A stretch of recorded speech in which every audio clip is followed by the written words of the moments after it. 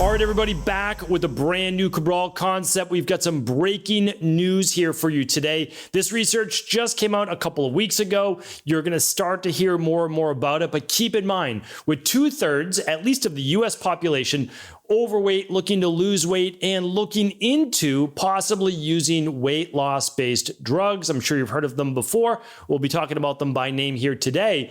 One unintended consequence is actually women getting pregnant without intentionally doing so while on these weight loss-based drugs. Let's explore the research. Let's see why this may be, and of course, being able to share the information with others as this story begins to develop. So right now, as I'm pulling up this news, this was, again, major US-based news.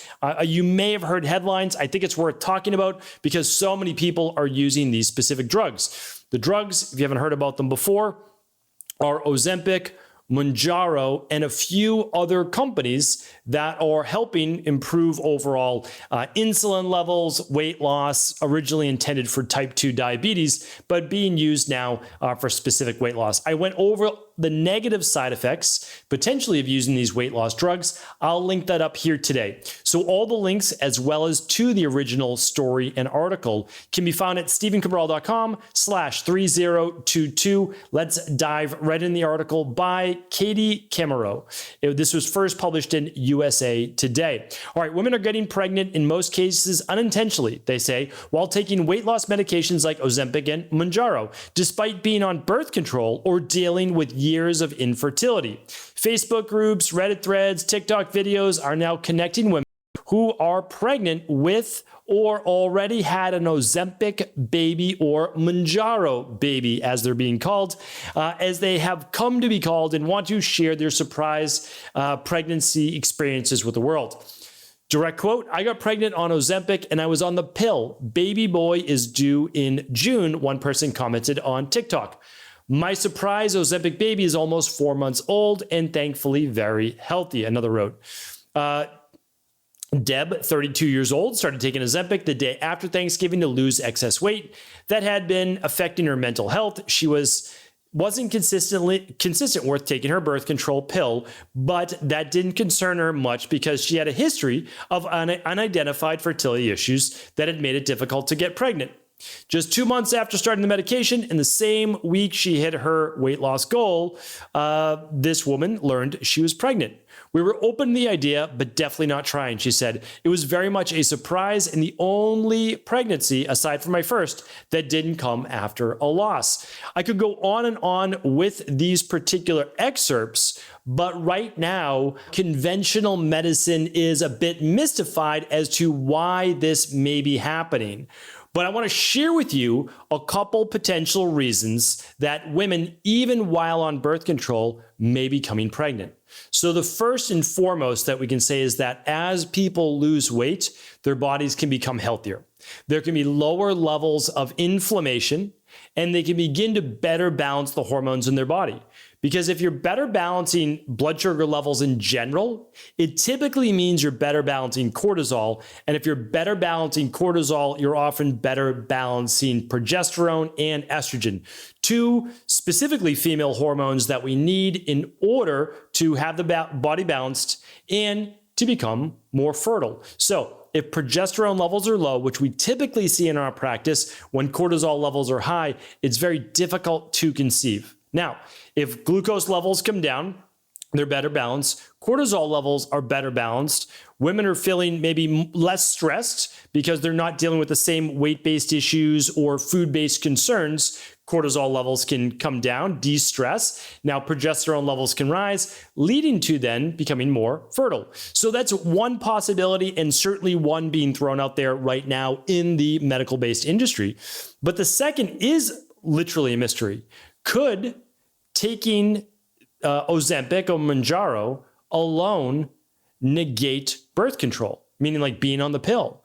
And that is a more serious one, because if you are, yes, you're overall healthy and you're doing the best that you can, but you're taking birth control and you still become pregnant, well, that obviously then reduces the 99+% effectiveness of birth control when used, obviously, as directed. So I bring this to you here today just because it is a bit of a public service announcement. If you are not looking to become pregnant, you're on birth control, you believe that that's going to inhibit you from becoming pregnant, but then you are thinking about using one of these specific medications, because they are medications, they are pharmaceuticals, Ozempic, Mounjaro, or one of the others, maybe think twice about that. Maybe just think about the fact that taking this particular drug may negate the birth control pill. Now, again, I can't give you any medical advice, medical treatment plans, medical cures, or medical diagnosis, but I believe that this is something worth looking into. And it's my opinion, though, as well. If you've had fertility issues in the past, this is not a reason to go on this particular drug. Not in my opinion. I believe that you always want to look for the underlying root causes as to why that your body may not be able to conceive. So what we always do is we look at what are the deficiencies and what are the toxicities. Deficiencies are vitamin levels, mineral levels, they're omega-3s, they are amino acids, they're anything that the body needs in order to carry on, not just daily function, but optimal function. Your body will always carry on daily function typically, right? But it doesn't always mean that it's optimal. It will rob from certain areas in order to just function and get through a day. Now, toxicities are heavy metals, higher levels of omega-6s, parasites, candida overgrowth, SIBO, H. pylori, mold toxicity, viral-based issues, and much more. So we, of course, want to look at all of those along with the deficiencies. And then what we do is we bring up the deficiencies that you may be low in and lower your toxicities. Now the body can balance hormones, as I was talking about before,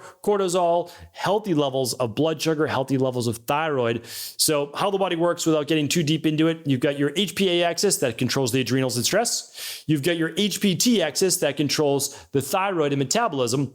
And you've got your HPG axis, which is the hypothalamus pituitary gonadal axis, which regulates the ovaries in women and the testes in men.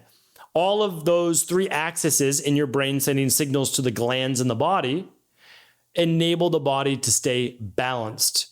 Working with a good integrative health practitioner will enable you to naturally lose the weight, naturally rebalance hormone levels for both men and women, and improve fertility. It's not just myself and my team in my practice that's able to do this. Natural health practitioners have been doing this now for decades. So whenever you're told that, oh, it's just genetic or there's a conventional medicine-based reason given, please do begin to look deeper into your health for the true underlying root cause imbalances.